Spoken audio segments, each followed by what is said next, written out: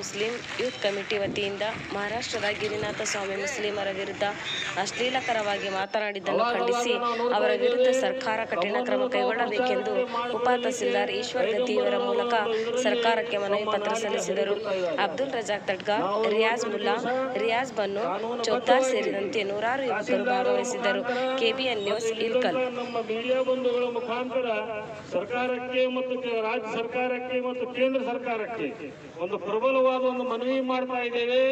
ನೀವು ಪೈಗಂಬರವರ ಇದರಲ್ಲಿ ಯಾರಾದರೂ ಒಂದು ಧಕ್ಕೆ ಮಾಡಿದಲ್ಲಿ ಒಂದು ಕಠಿಣ ಕಾನೂನನ್ನು ನೀವು ಜಾರಿಗೆ ತರಬೇಕು. ಇಲ್ಲದೇ ಹೋದಲ್ಲಿ ಮತ್ತೆ ಒಂದು 4 ತಿಂಗಳು ಬಿಟ್ಟು ಮತ್ತೆ ಅವನವರೊಬ್ಬ ಎಲ್ಲೇ ಕುಂತು ಮತ್ತೊಂದು ನಾಲಿಗೆ ಹರಿಬಿಡ್ತಾನೆ.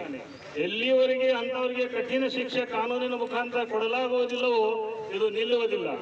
ಇದರಿಂದ ಏನಾಗುತ್ತೆ, ಮುಸ್ಲಿಮರು ತೆರಳಿ ಬೀದಿಗಿಳಿಬೇಕಾಗುತ್ತೆ.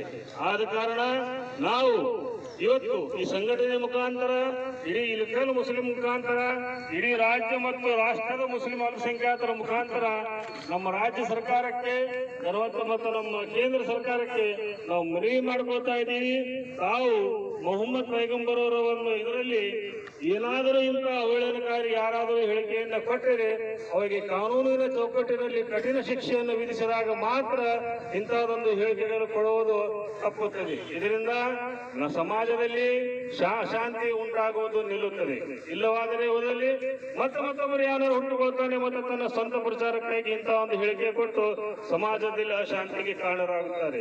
ನಾವು ಭಾರತೀಯರು, ನಾವು ಪೈಗಂಬರವರ ವಿಷಯ ಬಂದಾಗ ಎಷ್ಟರ ಮಟ್ಟಿಗೆ ಹೋಗ್ಬಿಡ್ತೀವಿ. ಆದರೆ ನಾವು ಪ್ರಜಾಪ್ರಭುತ್ವ ರಾಷ್ಟ್ರದಲ್ಲಿ ಇರುವವರು, ನಾವು ಈ ದೇಶದ ಕಾನೂನನ್ನು ಡಾಕ್ಟರ್ ಬಾಬಾ ಸಾಹೇಬ್ ಅಂಬೇಡ್ಕರ್ ಕೊಟ್ಟಿರುವಂತಹ ಸಂವಿಧಾನವನ್ನು ಗೌರವಿಸಿ ಸಂವಿಧಾನಬದ್ಧವಾಗಿ ನಮ್ಮ ನೋವನ್ನು ನಲಿವನ್ನು ನಾವು ವ್ಯಕ್ತಪಡಿಸ್ತಾ ಇದ್ದೇವೆ ಪ್ರತಿಭಟನೆ ಮುಖಾಂತರ.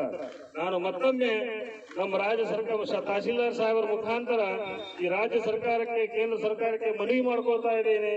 ಆದಷ್ಟು ಬೇಗನೆ ಮುಂದಿನ ಅಧಿವೇಶನದಲ್ಲಿ ನೀವು ಇಂಥವ್ರ ವಿರುದ್ಧ ಯಾರು ಈ ದೇಶದಲ್ಲಿ ಸಮಾಜದಲ್ಲಿ ಅಶಾಂತಿಯನ್ನು ಉಂಟು ಮಾಡುವ ಪ್ರಯತ್ನ ಮಾಡ್ತಾ ಇದ್ದಾರೆ ಅವರ ವಿರುದ್ಧ ಒಂದು ಕಠಿಣ ಕಾನೂನನ್ನು ತಂದು ಇದಕ್ಕೆ ಪೂರ್ಣ ವಿರಾಮವನ್ನು ನೀಡಬೇಕೆಂದು ಹೇಳುತ್ತಾ ನಾನು 2 ಮಾತನ್ನು ಮುಗಿಸ್ತಾ ಇದ್ದೇನೆ.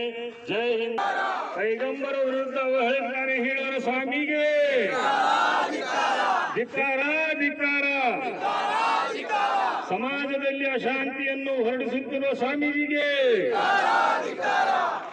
ಕಾನೂನೊಂದು ರಚನೆ ಮಾಡಿ ಇನ್ನು ಮುಂದೆ ಇಂಥ ಪೈಗಂಬರರು ಇದರಲ್ಲಿ ಯಾರೋ ಇಂಥ ಅವಹೇಳನಕಾರಿ ಹೇಳಿಕೆಗಳನ್ನು ಹೇಳಲಾರದಂತ ಒಂದು ಕಠಿಣ ಕಾನೂನನ್ನು ರಚಿಸಿದಾಗ ಮಾತ್ರ ಇಂಥವ್ರ ಬಾಯಿಗೆ ಬೀಗ ಬೀಳ್ತದೆ. ಇಲ್ಲಂತಂದ್ರೆ ಮತ್ತೊಂದು ಸೋಗತ್ತೆ ಮತ್ತೆ ಅವರೊಬ್ಬ ಹುಟ್ಟಿ ಬರ್ತಾನೆ.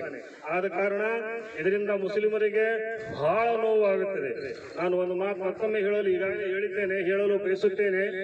ಪೈಗಂಬರವರ ವಿಷಯ ಬಂದಾಗ ಮುಸಲ್ಮಾನ ಎಷ್ಟೇ ದೊಡ್ಡವಿರ್ಲಿ, ಒಂದು ಹೊತ್ತಿನ ನಮಾಜಿ ಮಾಡಲಾರದೇ ಇರಲಿ, ಆದರೆ ಪೈಗಂಬರವರ ವಿಷಯ ಬಂದಾಗ ತನ್ನ ಸರ್ವಸ್ವವನ್ನು ತ್ಯಾಗ ಮಾಡಲಿಕ್ಕೆ ಪ್ರತಿಯೊಬ್ಬ ಮುಸಲ್ಮಾನ ತಯಾರಿರ್ತಾನೆ ಅನ್ನೋ ಹೇಳೋದನ್ನ ಖಂಡಿತವಾಗಿ ಹೇಳ್ತಾ ಇದ್ದಾರೆ.